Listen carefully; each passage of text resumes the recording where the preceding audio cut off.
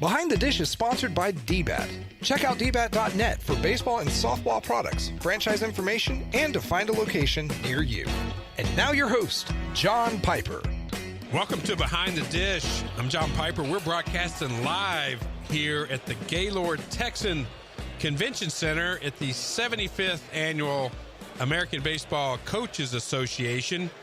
I'm pleased to be joined by a longtime baseball mind, coach, teacher, player, Robby Wine. Welcome, Robby. Thank you. And you just drove in from, now people that aren't familiar with Texas don't realize how big this state is, but you drove in from Amarillo, Texas. That's a good, 5-6 hour drive? 5.5 with a couple stops. Now, did you come here all the way just to be on Behind the Dish?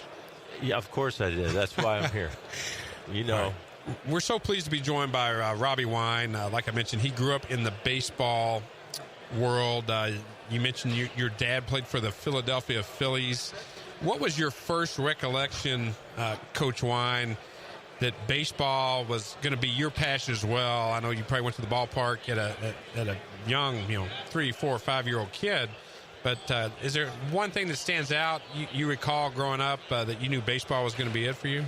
No, I think it was a way of life for us. It was, that's what my dad did, and that's what I wanted to do. I just honestly think it's a father-son thing and a family thing, and I had opportunities that other kids didn't have. I had a chance to go down to Veteran Stadium and hit with Mike Schmidt, Larry Boa, Bob Boone, all the greats down there. I knew Steve Carlton, and they were Pete Rose. They were I was in the locker room with them. So that's kind of the thing that I knew I was going to play baseball. That's what I wanted to do. Now, you grew up in the Philadelphia area. You're in the Pennsylvania Baseball Hall of Fame. Did you ever think that you would be making the trip from Amarillo, Texas to the Dallas area for a baseball convention while you were growing up? No, never. No, I was going to be a $1 million retire early, the big all-star. And you have to have that mindset going into all that, playing in the minor leagues and doing all that stuff. You have to have that mindset to go through all that grind because it is not fun and it is a tough life. Well, growing up in Philly, a lot of cold baseball seasons, starting off the season as we're getting ready to start off the 2019 season. The kids in Texas, they got a little bit of an advantage, a little warmer climate. With the exception of the Panhandle area, Panhandle, much cooler climates than South Texas or Houston. What was it like developing your game as a young man in the Northeast with that climate to deal with? Times have changed. I never took a lesson, and maybe that was because of my dad. Maybe that was because I had an opportunity to go down and work out with major leaguers all the time, go to spring training every year. But I never took a lesson. We played about 12 Little League games a year, and there was no select ball. It was just sandlot ball in the side yard is where we got all our work done. Was Little League sanctioned? Did you play in an official Little League? Yeah, we played in the Little League, and every year our goals was to get to Williamsport, and that's what it was. And it was heartbreaking when that final game was over, and we still have half the summer over to go. You and I are similar ages. I played Little League as well, and what was neat about that, and I really talk to people in select ball now, that we played, at least in Lexington, Kentucky, on the same team from age 9 to 12. You knew you developed as a 9 and 10-year-old. You were had the same coach for the most part. Nowadays, we see kids at age 8, 9, 10, switching teams. It's not the kid doing it, but switching teams, at age 8, 9, 10, and hopping to different teams. What are your thoughts on that? We're trying to instill that in D-BAT Amarillo. I think if I could create a little developmental league out back where we're going to show up and pick teams and you don't know who your coach is going to be and just keep it as fun and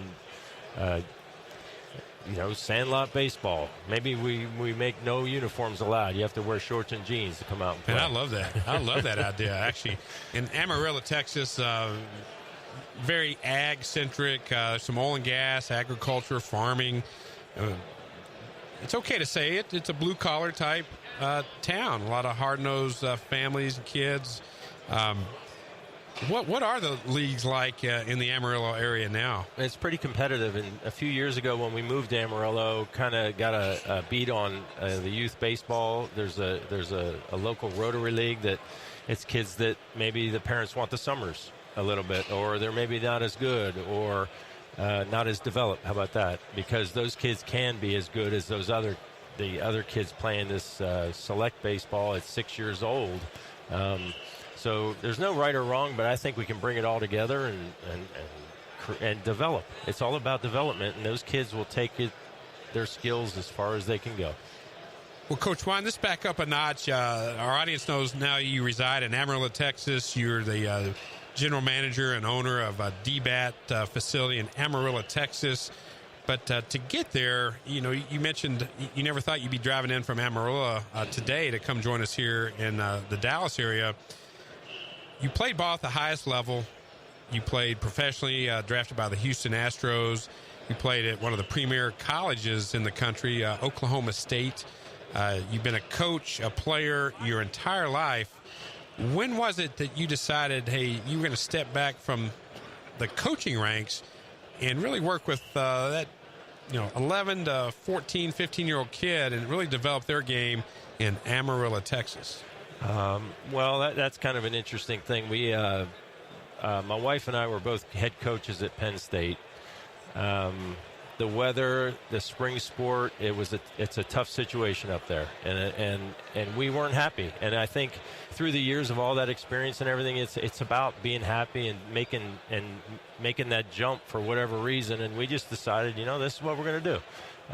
At the time, my wife's father was sick with cancer, and we wanted to get back closer to Texas. So I took a job with the Padres, secured that financial, and we had insurance and all that stuff. I resigned, and then 6 months later, my wife resigned, and we had a U-Haul and moved to Amarillo. We didn't really know where we were going or what we were doing, but we had an idea that lessons was in the picture and the youth baseball was in the picture, and we had a couple friends that took care of us for the first couple months. We moved right before Christmas, so we had about 2 months before spring training.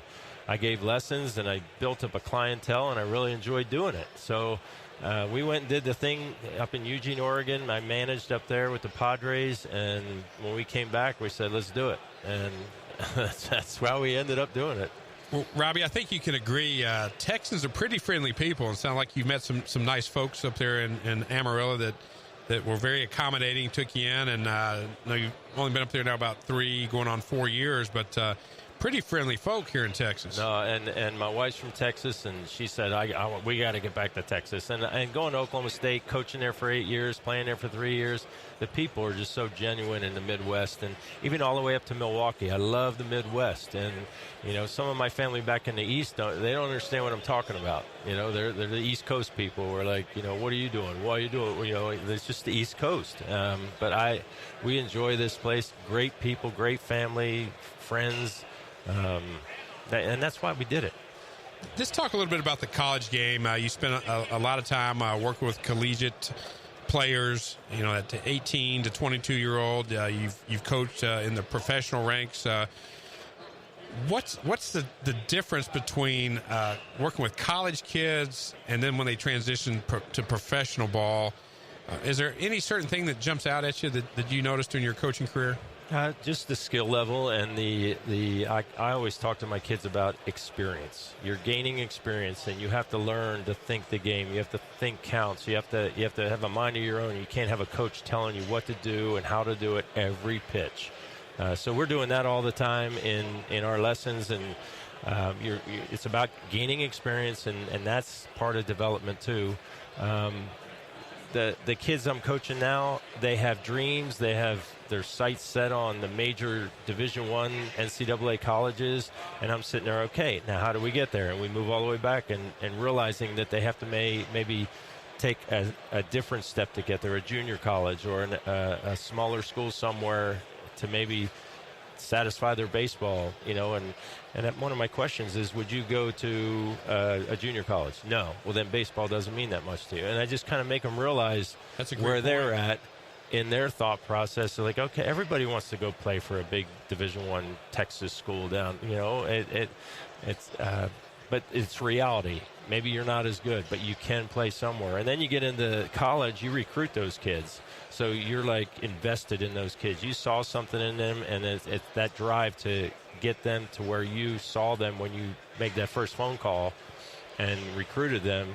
That is the college thing. And, you know, I started thinking about all these college coaches here and everything. Man, that is a job and a half to do it right.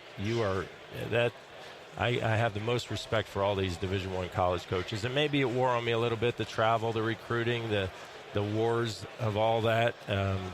Maybe not getting those kids you recruited to the point that you saw them getting there or where they were going to be.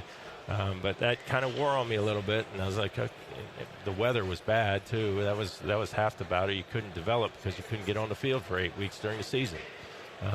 And then pro ball, they're more refined, you know, and you don't recruit them. You're dealt these players, and in the major leagues, it's keep them happy. It's put out the fires, and in the minor leagues, you just give them direction.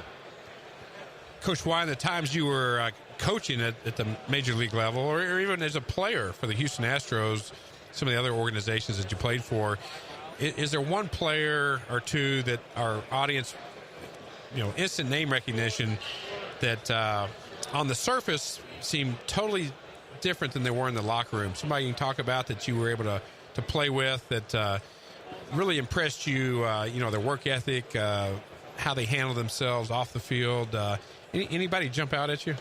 I mean, I guess the impressionable years with the Phillies, they won World Series. They were in playoffs with the Dodgers, and you know, Mike Schmidt was a quiet guy. Larry Bowe was the loudmouth in the locker room. I think Bob Boone was the guy that, you know, he sat me down a few times and talked to me about baseball and, you know, how to do this and how to do, and I wasn't even a catcher back then. I was a shortstop, but I remember him sitting in the dugout talking to me about certain things, and he probably has no idea that he made that impression on me, but Bob Boone was always there.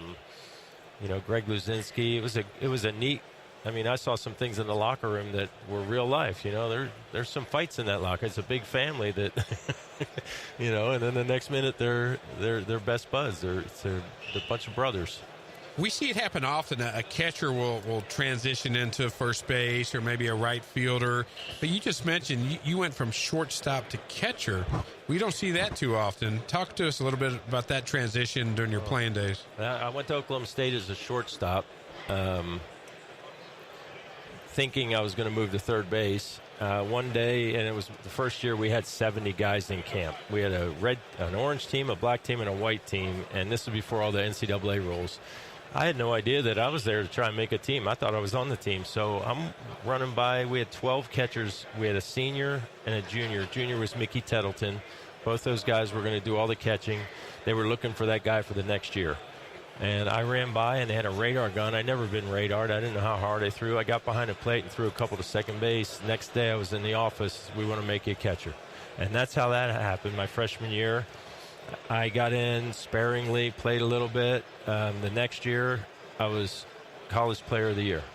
And the next year, I was a first-round pick. And within 2 years, I don't know what hit me. You know, the first 2 years of catching. It's amazing. And that's one thing going back to developing these kids. You never want to tell them, no, you can't do this, because you don't. You just never know. You just kind of keep providing a pathway for them to keep getting better. Man, what a lesson to be learned right there. Robby Wine just tells us you weren't even sure you're going to make the team at Oklahoma State to becoming a first-rounder in the Major League Draft. No, there was conversations of me going to a junior college. You know, do you think you need to go to junior college? And I said, no, I'm good here. It's going to work here. That was Gary Ward face-to-face, him saying, you know, scaring me a little bit as a freshman, like, okay, I'll step it up.